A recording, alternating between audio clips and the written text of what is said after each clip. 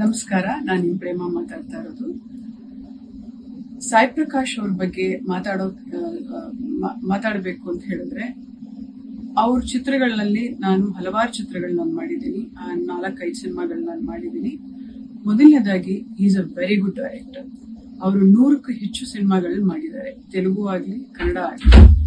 ನಾನೇ ಅಲ್ಲ, ಸೌಂದರ್ಯ, ನಾನು, ಪ್ರೇಮ, ರಮ್ಯಾ ಕೃಷ್ಣ, ಹೀಗೆ ಹಲವಾರು ಕಲಾವಿದರು ಲೇಡಿ ಓರಿಯೆಂಟೆಡ್ ಸಿನಿಮಾ ಮಾಡಿದ್ದಾರೆ. ಸೊ ಖುಷಿ ಆಗುತ್ತೆ ಅವ್ರ ಬಗ್ಗೆ ಮಾತಾಡಬೇಕು, ಮತ್ತೆ ಅವ್ರ ಡೈರೆಕ್ಷನ್ ಅಲ್ಲಿ ಮಾಡಬೇಕು ಅಂದ್ರೆ ಬಹಳ ಖುಷಿ ಆಗುತ್ತೆ. ಯಾಕಂದ್ರೆ ಅವರು ಒಂದು ಮಗು ತರ ಒಂದು ಡೈರೆಕ್ಷನ್ ಅಲ್ಲಿ ಹೇಳ್ಕೊಡ್ತಾರೆ ಆರ್ಟಿಸ್ಟ್ ಗಳಿಗೆ.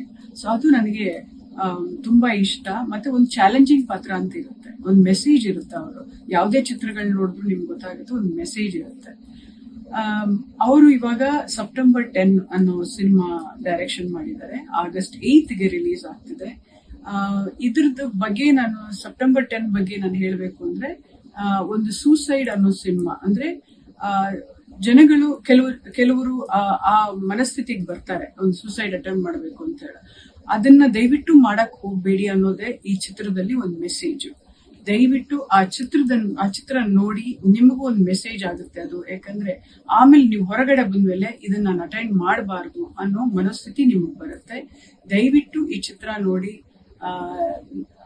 ನಮ್ಮಂತ ಕಲಾವಿದರನ್ನ ಬೆಳೆಸಿ. ಮತ್ತೆ ಸಾಯಿ ಪ್ರಕಾಶ್ ಸರ್ ಇನ್ನು ಹಲವಾರು ಡೈರೆಕ್ಷನ್ ಅಲ್ಲಿ ನಾನು ಆಕ್ಟ್ ಮಾಡಬೇಕು, ಅವರು ಮಾಡಬೇಕು, ಹಲವಾರು ಚಿತ್ರಗಳನ್ನ ಅವ್ರು ಡೈರೆಕ್ಷನ್ ಮಾಡಬೇಕು ಅಂತ ಕೇಳ್ಕೊಂತ ನಾನು 2 ಮಾತನ್ನು ಮುಗಿಸ್ತಾ ಇದ್ದೀನಿ.